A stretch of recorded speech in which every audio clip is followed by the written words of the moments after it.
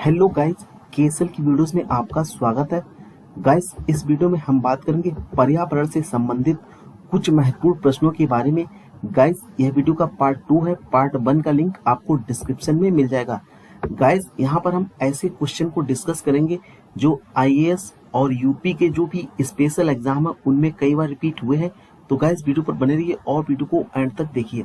सबसे पहला क्वेश्चन है, मनुष्य के लिए सर्वाधिक कार्यक्षम तापमान व आर्द्रता कितनी होती है? तो गाइस, ये क्वेश्चन आईएएस के एग्जाम में पूछा जा चुका है। जो मनुष्य के लिए सर्वाधिक कार्यक्षम तापमान है गाइस, वो 25 डिग्री सेंटीग्रेड होना चाहिए। अगर हम आर्द्रता की बात करें गाइस, तो वो 60% होनी चाहिए। गाइस, मोस्ट इंपोर्टेंट क्वेश्चन है, एग्जाम में कई बार रिपीट हुआ है। नेक्स्ट है, दक्षिण पूर्वी संयुक्त राज्य अमेरिका का नरक किस नदी को कहा जाता है? तो गाइस, इसका मतलब ये है कोई ऐसी नदी है जो दक्षिण पूर्वी संयुक्त राज्य अमेरिका उसमें बहुत ज्यादा नुकसान करती है। तो गाइस, वो नदी है टेनेसी नदी। इसको आप नोट कर लीजिए। टेनेसी नदी को दक्षिण पूर्वी संयुक्त राज्य अमेरिका का नरक कहा जाता है। तो गाइस, ये रहा अगला क्वेश्चन। ये क्वेश्चन गाइस पीसीएस के एग्जाम में पूछा जा चुका है। भारत की दामोदर नदी परियोजना किस नदी परियोजना की अनुकृति है? तो गाइस, भारत की जो दामोदर नदी परियोजना है यह टेनेसी घाटी जो है यूएसए की अनुकृति है। नेक्स्ट, विश्व की सर्वाधिक अवसाद का परिवहन करने वाली दो नदियां कौन सी हैं? गाइस, मोस्ट इंपोर्टेंट क्वेश्चन है। विश्व की जो सर्वाधिक अवसाद का परिवहन करने वाली जो नदियां हैं गाइस, उसमें एक तो येलो नदी, यह चीन में बहती है, और दूसरी है गंगा नदी जो कि गाइस अपने प्यारा भारत देश में बहती है। उत्तर भारत की अर्थव्यवस्था का मेरुदंड कौन सी नदी है? तो गाइस, इसको तो आप जानते ही होंगे।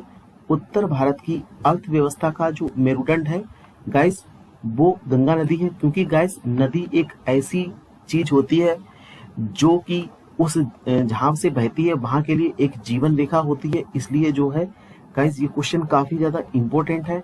नेक्स्ट, मिस्र देश किस नदी की देन है? तो गाइस, यह जो है नील नदी की देन है। नील नदी जो है वो विश्व की सबसे लंबी नदी है। पश्चिम बंगाल का शोक किस नदी को कहा जाता है? तो गाइस, पश्चिम बंगाल का जो शोक है वो दामोदर नदी को कहा जाता है। किस नदी को बिहार का शोक कहा जाता है? तो गाइस, वो है कोसी नदी। कोसी नदी को बिहार का शोक कहा जाता है क्योंकि यह नदी हर साल अपना रास्ता बदलती है, जिस कारण लोगों को भारी दिक्कतों का सामना उठाना पड़ता है और कभी कभी कई जगह पर बाढ़ भी आ जाती है। गाइस, ये मोस्ट इंपोर्टेंट क्वेश्चन है, एसएससी के एग्जाम में भी ये पूछा जा चुका है। भोपाल गैस त्रासदी कब और किसके कारण हुई थी? तो गाइस, जो भोपाल गैस त्रासदी है वह 30 दिसंबर 1984 को मिथाइल आइसोसाइनाइड मिक गैस के रिसाव के कारण हुई थी।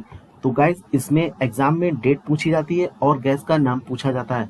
तो गैस का नाम है मिथाइल आइसोसाइनाइड और ये जो घटना घटी थी वह 3 दिसंबर 1984 को घटी थी। चेरनोबिल परमाणु दुर्घटना कब और किस देश में हुई थी? गाइस, मोस्ट इंपोर्टेंट क्वेश्चन है, एग्जाम में कई बार रिपीट हुआ है। चेरनोबिल परमाणु जो दुर्घटना है वह 26 अप्रैल 1986 को यूक्रेन के चेरनोबिल शहर में हुई थी।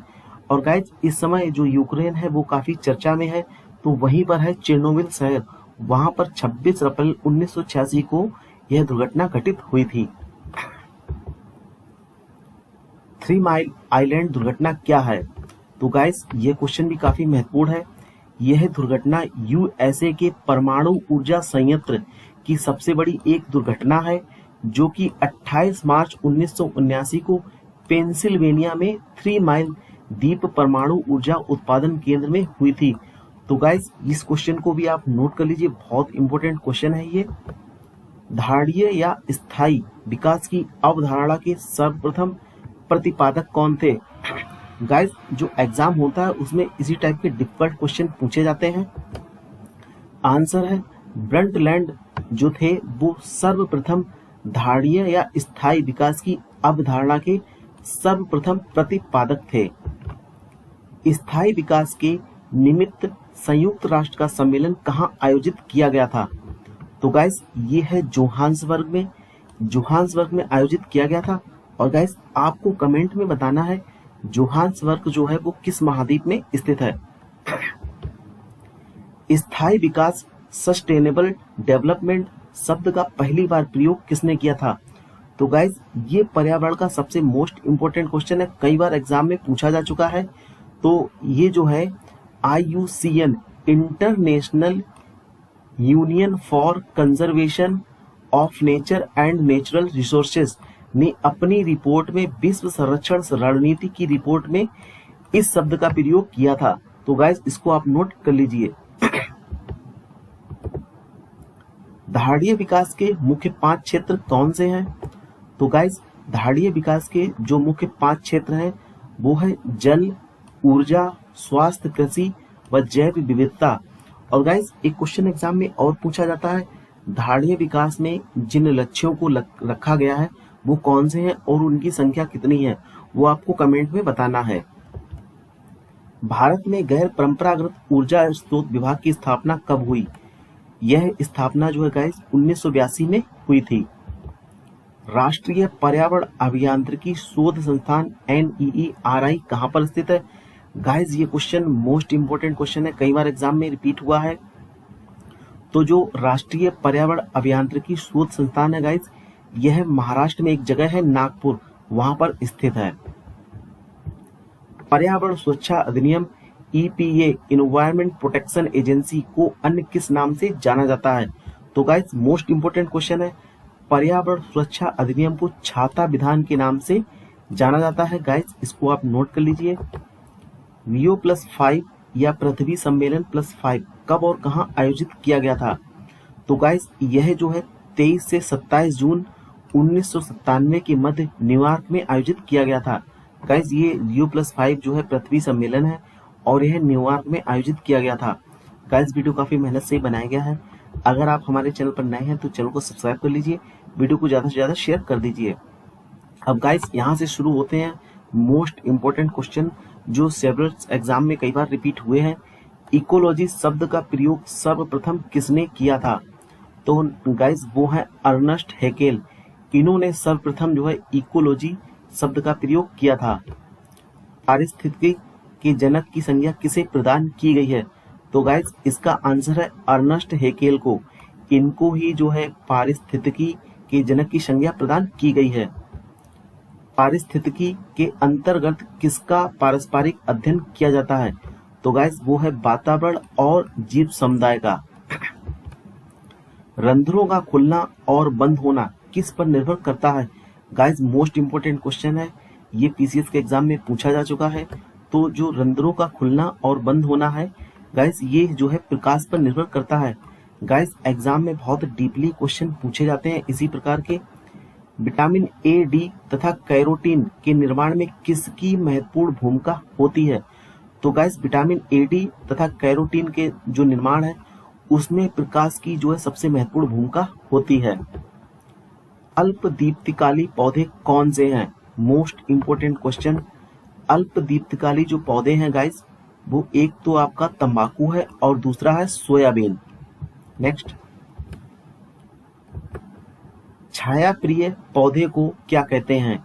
तो गाइस ये क्वेश्चन बहुत इंपॉर्टेंट है। जो छाया प्रिय पौधे होते हैं उनको हेलियोफिलस कहते हैं। गाइस इसको नोट कर लीजिए। अल्पाइन वृक्ष किस ऊंचाई तक भारत में मिलते हैं? गाइस ये क्वेश्चन बहुत महत्वपूर्ण है। जो अल्पाइन वृक्ष हैं वो 3600 मीटर से लेकर के 4000 मीटर की ऊंचाई तक भारत में मिलते हैं। और गाइस एक क्वेश्चन एग्जाम में बहुत पूछा जाता है अल्पाइन के संबंध में कि निम्न में से बताइए इन देशों में कौन अल्पाइन कंट्री है? तो गाइस आपको कमेंट में बताना है अल्पाइन कंट्रीज की संख्या कितनी है और वो कौन सी हैं। इस पे मैं एक सेपरेट वीडियो बना दूंगा। वैसे मैं आपको बता सकता हूँ Austria, France, Germany, Italy, Liechtenstein, Monaco, Slovenia और स्विट्जरलैंड। गाइस ये 8 अल्पाइन कंट्री हैं जो एग्जाम में कई बार रिपीट हुई हैं।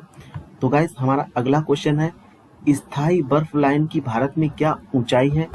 तो स्थायी बर्फ लाइन की भारत में जो ऊंचाई है वो 4000 मीटर है। बाष्पोत्सर्जन किस प्रकार की क्रिया है? Most important question. तो गाइस बाष्पोत्सर्जन जो है यह एक जैविकीय क्रिया है।